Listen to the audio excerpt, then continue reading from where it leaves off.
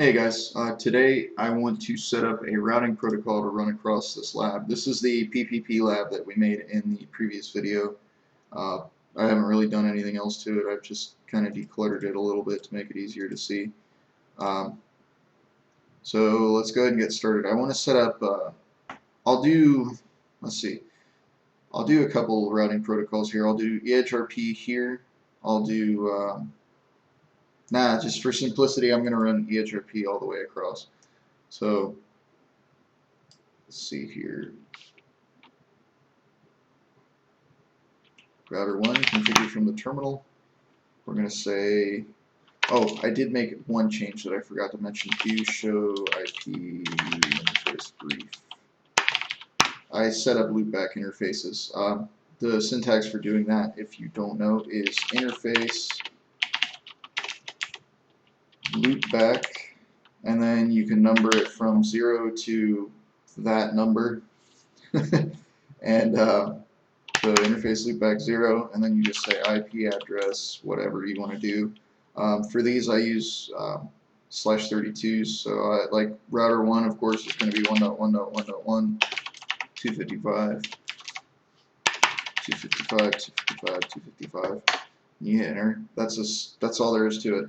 And that's going to make another interface on the router. The reason I'm doing that is it will help make things less confusing while we're setting up OSPF, as well as later on I'm going to source pings from that network, from that interface, to go across the network. That's going to come into play later on when I set up NAT on this lab. So anyway, let's get back to the routing protocol. So actually, from global config, you want to type router.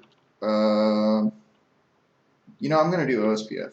OSPF1, and the number, well, actually, let me explain that. It's router. I have BGP, I have EHRP, I have these you really don't need to worry about. OSPF, and I have RIP. So I'm going to choose OSPF, and I can define the process ID from 1 all the way up to 65,535. I'm going to use 1. And the number is not really important. It's only locally important. It's basically for your benefit, what I like to do is just match it up across all devices, so everything is going to use 1, but that's not necessary.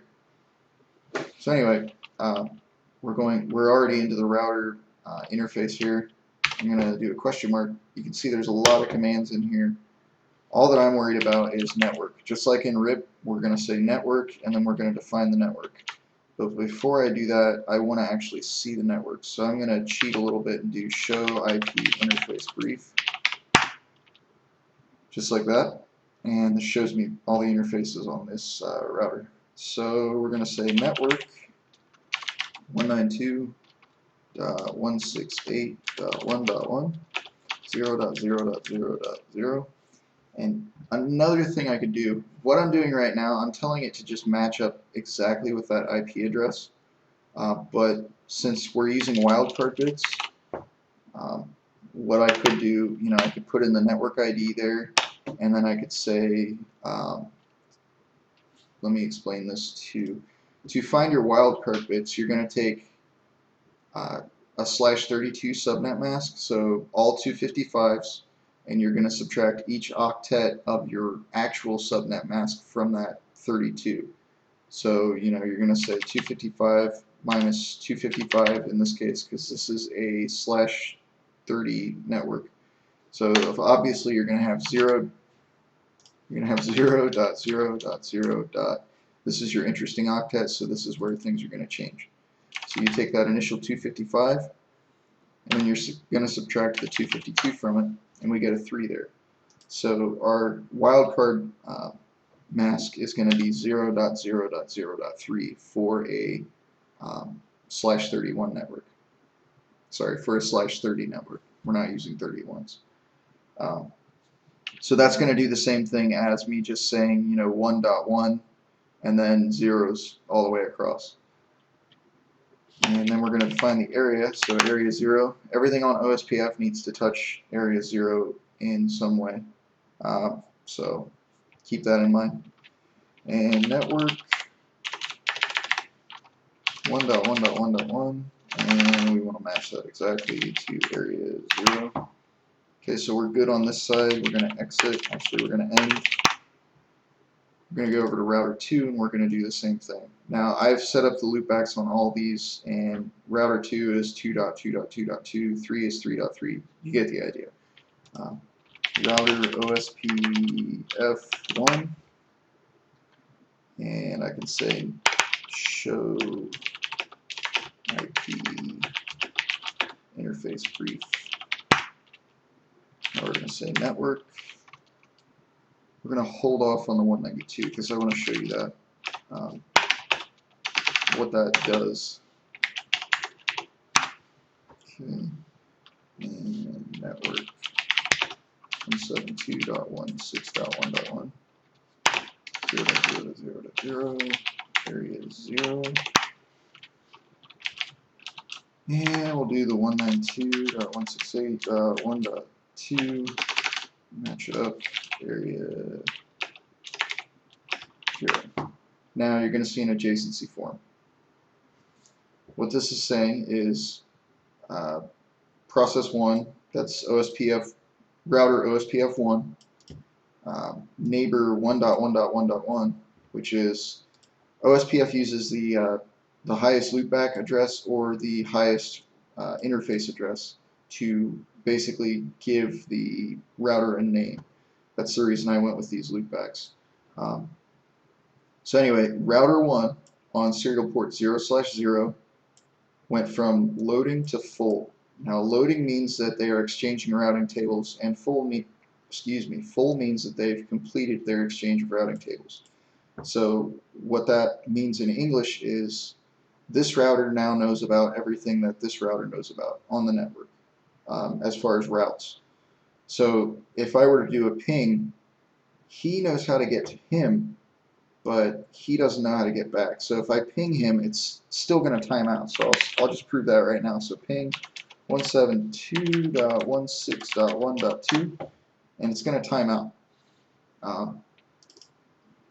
We'll leave that up just running so you can see it time out. And we're on router 3 right now. I'm going to set up OSPF on this router as well. So router OSPF1, do show IP interface brief, network 10.1.1.1, okay, network 3.3.3.3,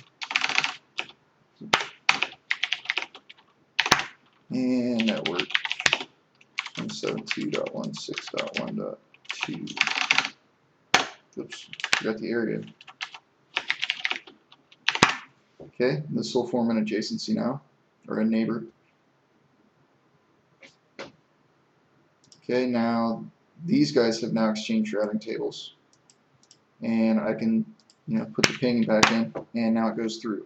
Because before the ping was getting to him, but he didn't know where to send the ping reply, so it was just, he was dropping the packet. Okay, so that one is done. Let me pull up router 4, and we'll just get convergence here. So router OSPF1. Do show IP interface brief. And there's no real, it doesn't matter what order I type these in on. I mean, I can do the 10 first, but I've just been doing it last because I like to see it exchange. Routes, see right now it does it right away. So network 4.4.4.4.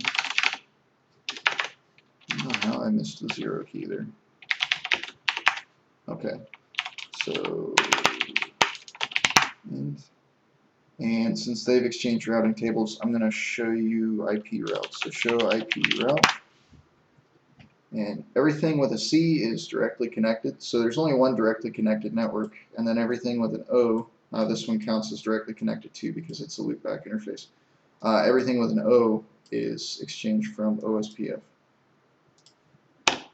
So that's working now, and I can ping to any interface in this lab, and it should go through. Ping to 2, and I can even ping the loopback. So ping 1.1.1.1, and it goes through.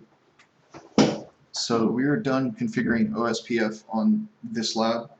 Next, I kind of feel like doing network address translation on here, so I'll do that, and then we'll do some sniffing, and we'll actually see the packet source getting changed.